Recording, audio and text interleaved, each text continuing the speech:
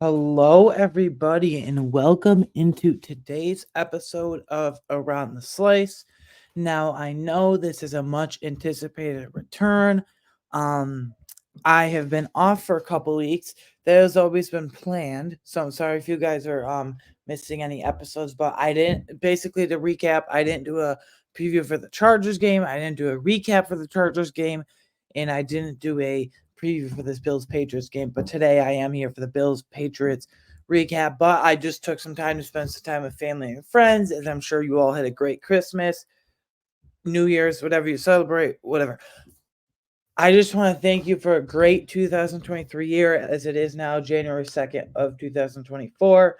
Hard to believe that this is 2024 already. And I just want to take a quick shout out to you guys and thank you. In June 2021, I started this podcast. Way back then, we are on audio only, like Apple, Spotify, and all the audio platforms. That's around the time I graduated high school. Again, June 2021 when I started this podcast.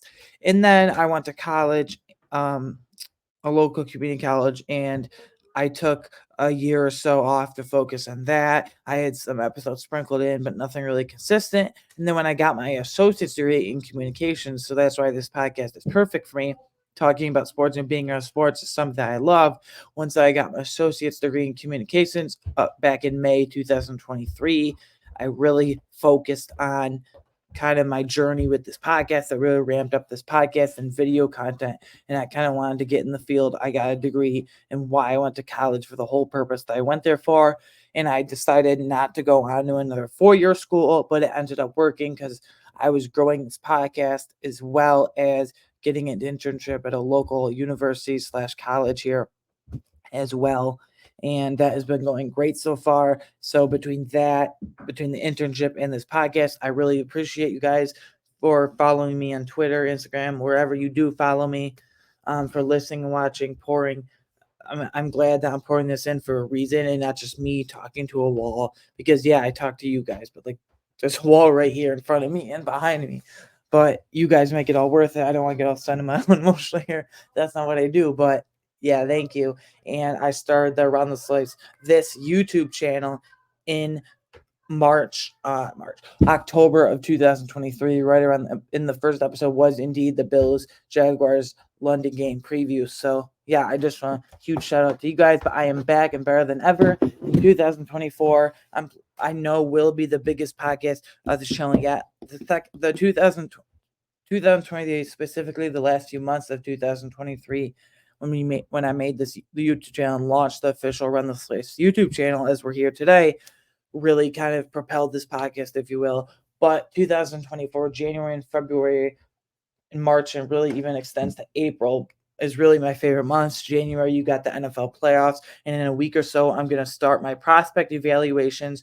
Once the college football national championship after that. So in the next couple of weeks or so, I'm gonna start my prospect evaluations, watching tape, grinding film, whatever you want to call it, and then I'll share those thoughts. I'm going to cover free agency on this channel. Just a whole lot of levers to pull, if you will, in 2024. And I'm very excited. But most importantly, I appreciate for you guys for every minute, hour, whether you watch this podcast for a minute, whether you watch it for an hour, whether you watch one episode, whether you watch multiple episodes a week. I really appreciate any time at all. I appreciate all you subscribers, even if you don't subscribe. I highly encourage you to subscribe. But even if you're not, I just encourage. I just appreciate you for coming across this channel, which is still, let's be honest, in the grand scheme of things, big scope of things, really small.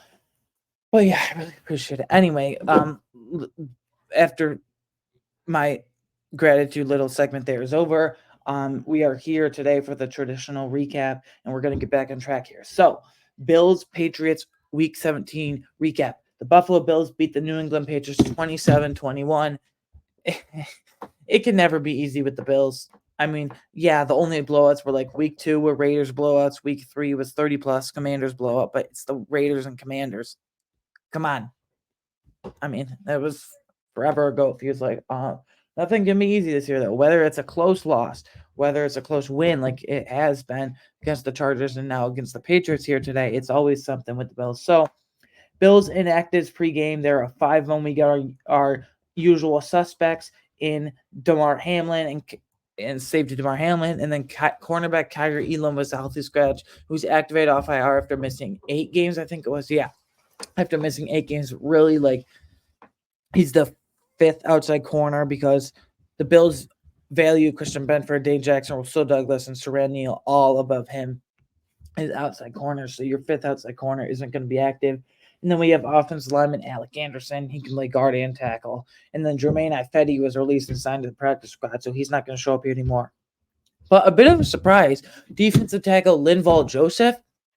I really, really liked that they went with Poona Ford and congratulate him for his. He didn't have some dazzling performance, but he had a sack. Then he helped Ed Oliver get a sack last week against the Chargers.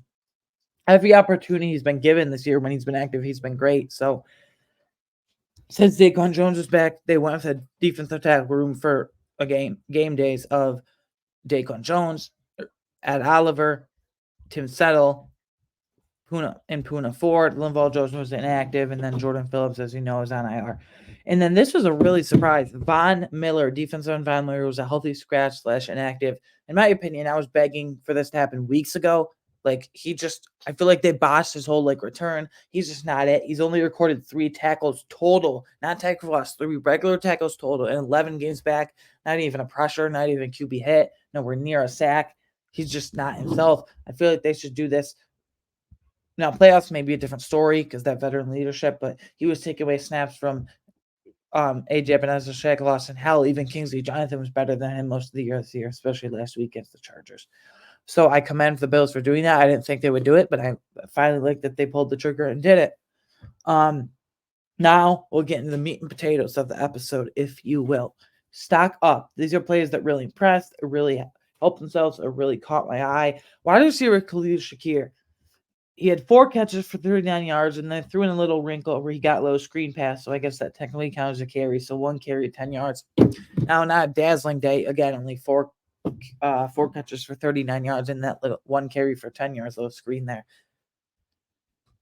Khalil Shakir really impresses me. 5th-round pick out of Boise State. It's his 2nd year. He's not some burner. He's not some high-level athlete. He's got reliable hands. Most of the time, he has some hiccups here and there, but he's got really reliable hands, really strong hands as well at the catch point, and he's a great route runner. Other than Stefan Diggs, we don't have real route winners on this team. Yeah, maybe Deontay Hardy, but he doesn't even play. So, I mean, what do you expect? So, as I look at this wide receiver room next year, Gabe Davis is going to be gone. Just in my opinion, Gabe Davis is going to be gone. Trent Sherfield is going to be gone, not re-signed. Deontay Hardy is going to be gone because he's just been a total dud. As I look at this wide receiver room, there's a realistic world where Khalil Shakir, even if we do draft a receiver in the first round like Rome Odunze, Keon Coleman, or if you're looking at second-round guys like Brian Thomas Jr., Johnny Wilson, someone of that ilk, somebody like that, even if we do that, which I think we will, and I really want to happen really badly, Khalil Shakir can be the second wide receiver 2. I think he can elevate himself into that conversation. But even if we do or don't, which I think we will, though, draft a wide receiver in round 1 or round 2, the first 2 rounds. Next, tight end Dalton Kincaid, 4 catches for 87 yards. Now, after a couple drops, let's be honest, he really struggled in the last couple games. They lost trust in him in the second half. I feel like Josh and Joe Brady did because he had 2 drops in the Cowboys game and then 1 drop in the Chargers game. It didn't cost them anything, but still it prevented them from moving the chains, and they had to punt a couple times more than they wanted to. But Dalton Kincaid's back to his sure-handed ways. He began the Bills' all-time leading receptions. He now holds the record for Bills' rookie receptions record, not just for a tight end, but beating Sammy Watkins as well. I know Sammy Watkins fizzled out and he couldn't stay healthy. All these foot and ankle injuries every 2 seconds, it felt like. But he was a really explosive rookie for the Bills his rookie year. But Dalton Kincaid now holds that honor. So I feel like they need to go heavily into 11%. And on 3rd down, James Cook, Dalton Kincaid, and Stefan Diggs, those 3 guys should not come off the field under any circumstance unless it's like a clear run play and like 3rd and 1 or 3rd and 2, 3rd and really short. When you clearly just need a couple yards with the run, you put in Dawson Knox to be a blocker. But when it's like 3rd and 3 or longer, Kincaid should definitely be in there. And then onto the defense, linebacker Terrell Bernard, 10 tackles, 2 sacks, 3 tackles for loss, 3 QB hits. I said many times earlier this season, Terrell Bernard has more stats and flash plays in terms of sacks and interceptions, stat sheet stuffers, if you will, more than Tremaine Edmonds had in a single year. Forget single year. Tremaine Edmonds 5 years combined and the Bills. In his whole 5-year career with the Bills, Tremaine Edmonds has 6.5 sacks. That's it. In just 1 year with the Bills, with 1 game to go, Terrell Bernard has 6.5 sacks. So Terrell Bernard has tied Edmonds' whole Bills career total in just 1 year. I mean, that is amazing. I'll talk about why and how I credit Brandon Beane with sticking with some of these guys later on in my final thoughts / questions segment. But yeah, the only thing, like, Terrell Bernard, Edmonds wasn't really a great coverage guy, but he developed it the last couple years in Buffalo. His 5th year was really 2022. His last year in Buffalo was really a career year for him. Him and Matt Milano were the best linebacker duo in the league, in my opinion, that year, just last year. But Terrell Bernard, I'm really, really impressed with his downhill ability. His coverage ability is really nice. He does miss some tackles, a couple of tackles here and there on occasion, but at least not as many as Tremaine Edmonds, because Tremaine Edmonds had that, like, east to west flying around the field player rather than north and south. But he flew around too fast a lot of times and got in his own way at times, kind of got bonehead penalties sometimes, kind of missed tackles a lot because he's playing too fast and under himself. So then a couple of D linemen here, specifically on the interior. Defensive tackle at Oliver, 2 tackles, 1 sack, 1 pass deflection, 2 QB hits, and then 1 interception. I want to talk about the interception in particular. Fun fact, it's Ed Oliver's. So it's his 5th year in the league now, and it's his first career interception, which, okay, understandable. It's a defensive tackle. But he looked like a cornerback out there, or a linebacker. He did look like Terrell Bernard there, and I'm not even kidding. He made a spinning one-handed interception. That is athletic for a defensive tackle. Now, he moves better than most defensive tackles because he is a really severely undersized for a defensive tackle. He's only like 6'1", 280, and he has short arms. But because of that, he's kind of lighter on his feet than some, if not most, defensive tackles in the league.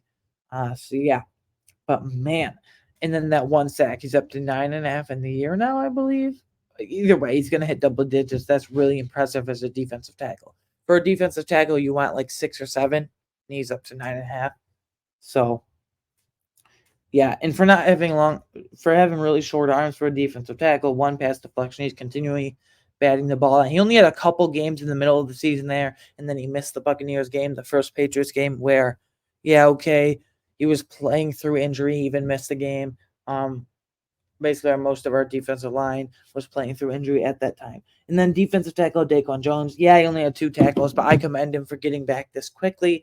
I thought if he were to come back, it would only be like a divisional round of the playoff thing, not even the wild card round. And here he is back 3 weeks before I thought he would be. So that's really, really good. He's a veteran. I know he's 32 years old, but you got to re-sign him because other than that, Poona Ford, I would resign, but Tim Settle, you're not resign, although he's been better in the last few games, but still, Jordan Phillips, no way in hell you're coming back. So you gotta resign these guys when you can. I think Daquan Jones needs to be a priority over Gabe Davis, over Micah Hyde in terms of re-signing free agents. And then stack up cornerback Taron Johnson. Yeah, only 4 tackles, no splash plays this time. He's not going to get many interceptions, and he hasn't really over his Bills career unless it's like thrown right to him because slot corners are on slot receivers, and usually they give up some short passes, but there's, like, if you talk about top slot corners in the league, you look at like Devon Witherspoon already as a rookie with the Seahawks, Taron Johnson with the Bills, Mike Hilton still and veteran with the Bengals, and then Trent McDuffie just in his 2nd year with the Chiefs. So Taron Johnson is definitely a top 3 slot corner. Yeah, there's not many that good slot corners, so maybe by default, but he is. And I just really like his sticky coverage ability. He's a sure tackler. Now, on occasion, he will give up some because he's an undersized corner, but that's why he's a slot corner. A lot of slot corners are on the shorter side and smaller side. Cornerback Rasul Douglas. Holy hell. 2 tackles, 3 pass deflections, 2 interceptions, 1 touchdown. One of those interceptions was a pick 6. He better get AFC Defensive Player of the Week if tomorrow when they're announced. They're always announced every Wednesday at noon. He better get it because if he doesn't, then it's rigged. But, I mean, he breaks on the ball so well. he's sticking coverage. He's a ball hawk. He said before the ball just gravitates to him. He's just always trying to find the football, and it shows. Even when he doesn't get an interception, he's always looking for the ball. He's always getting his hands on it with near interceptions, whatever. And what a pickup that was. The Bills give up a third round pick. Yeah, that's kind of rich for a corner, especially above average corner, and some great corner like Rasul Douglas. But to the Packers, they sent a third round pick and got back Rasul Douglas and a fifth round pick.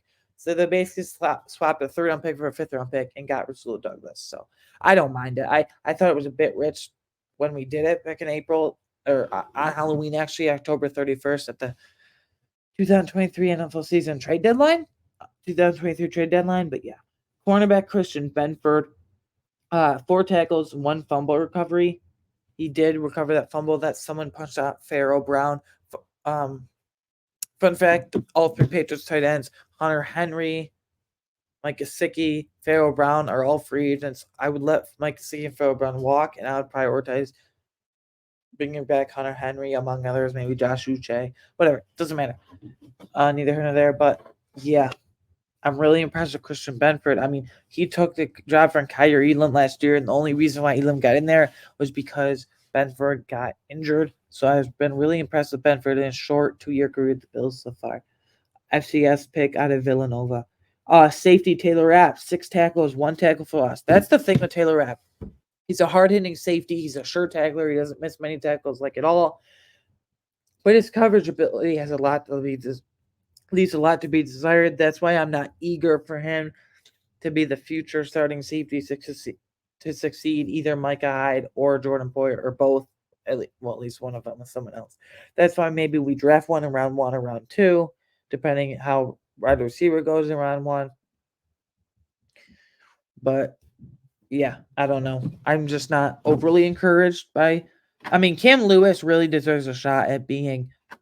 I mean, if Cam Lewis and Taylor Rapp are your future safeties beyond next year, I mean, that's okay, I guess. But I would look to upgrade over Taylor Rapp. Cam Lewis, I'm fine with competing. But Taylor Rapp, I would really look to upgrade over for the future. Safety, Jordan Poyer, 10 tackles. And safety, Micah Hyde, 3 tackles, 1 pass deflection. Yeah, Micah Hyde still gets beat in man coverage. The ball skills just aren't there anymore. But at least he had a pulse yesterday. And Jordan Poyer looked really good yesterday. Poyer has fallen off, not to the severe extent Hyde has. Hyde just might be forced to retire, man. I mean, every time he gets hit, he loses feeling in his arm and sustains a neck injury. He's out for a couple of weeks. He avoided injured reserve, which is good, but he's just the man coverage skills aren't there. The tackling isn't there. He's never been this hard hitting athletic safety, but he's always had great ball skills, and it's just not there.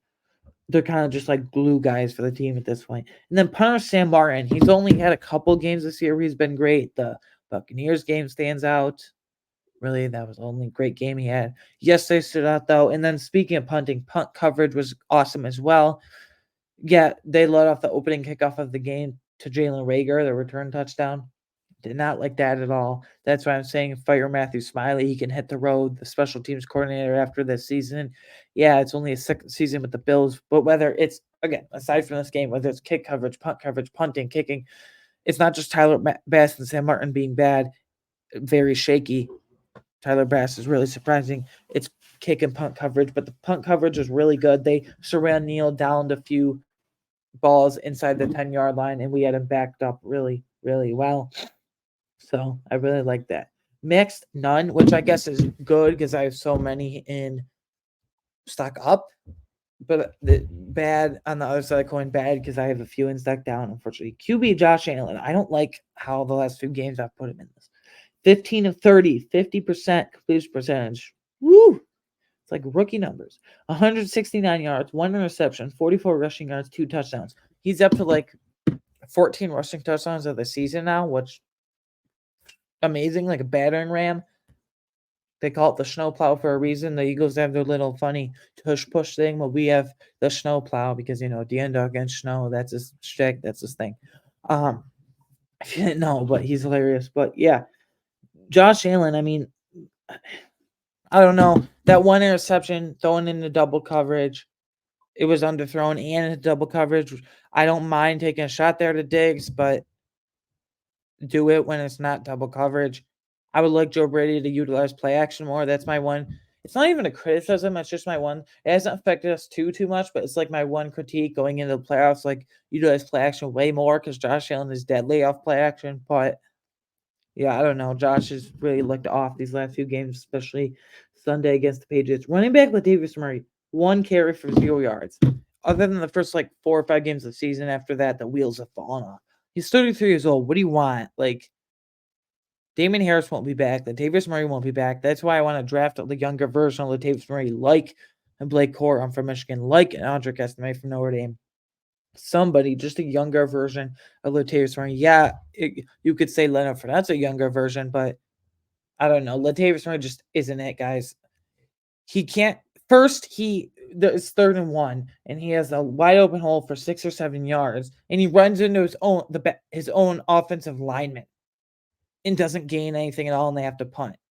Again, they should have gone for it there, but then they have to punt. 6 or 7 yard gain should have been. Runs to his own offensive lineman, goes down the ground, punt.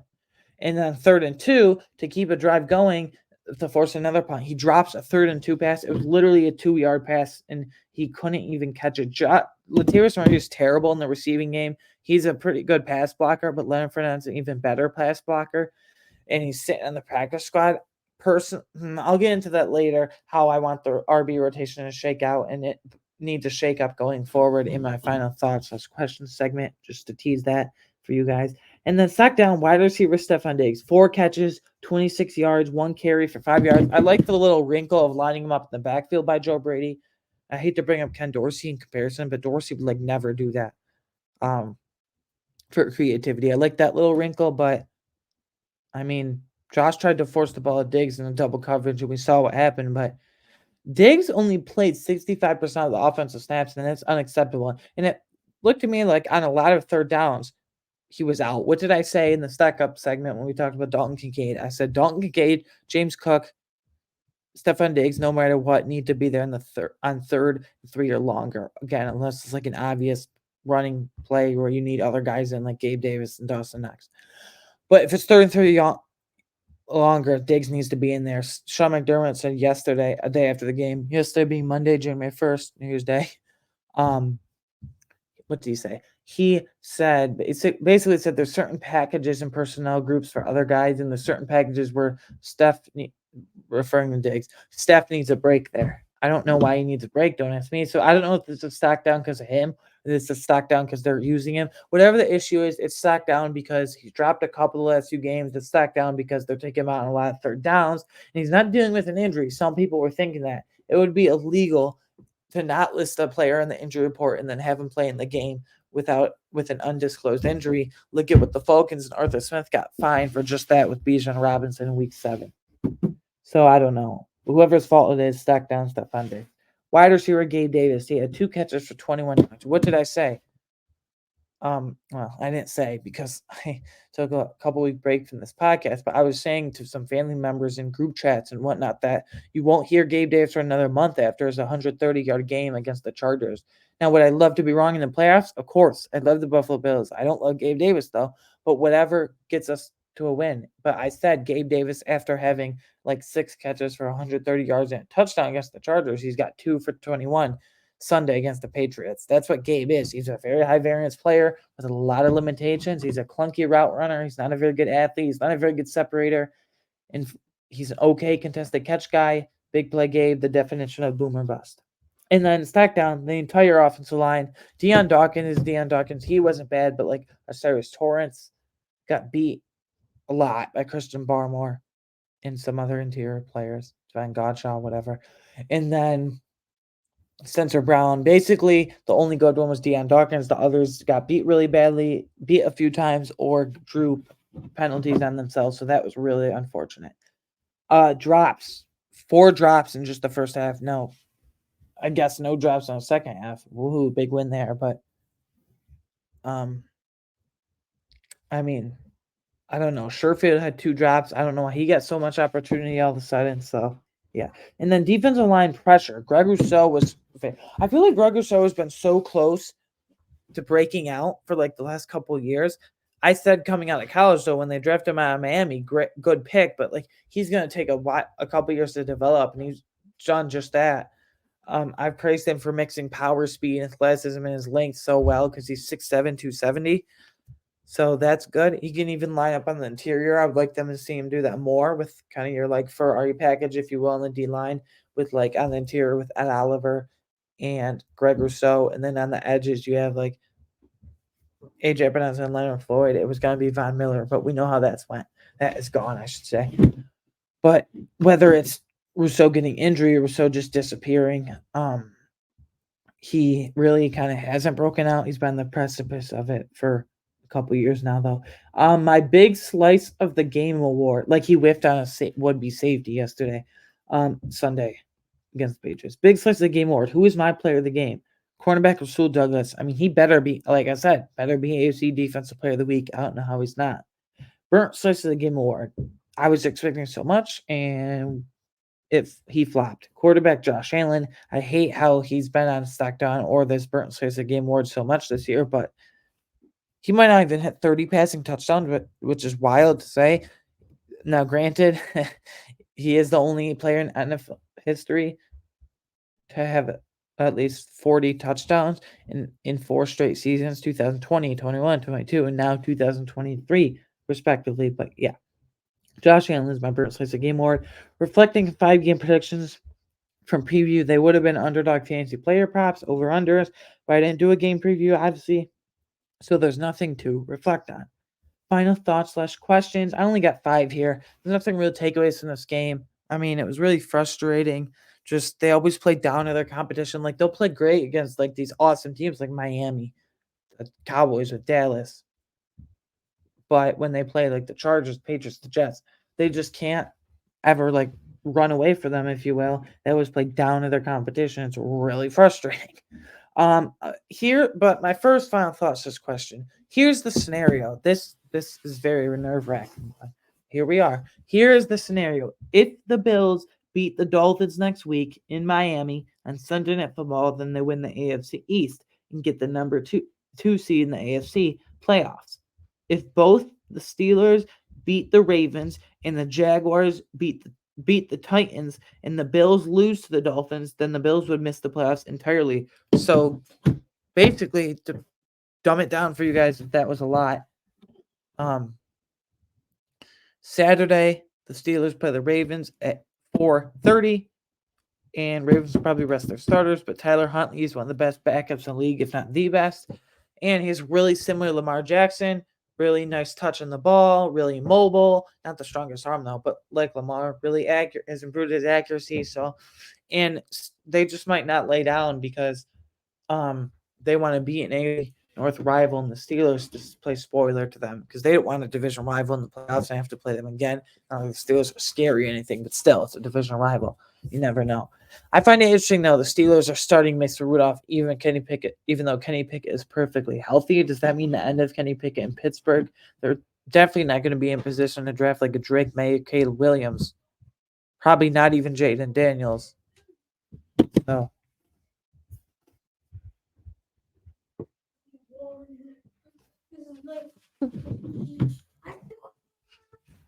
Sorry, guys. Hold on real quick.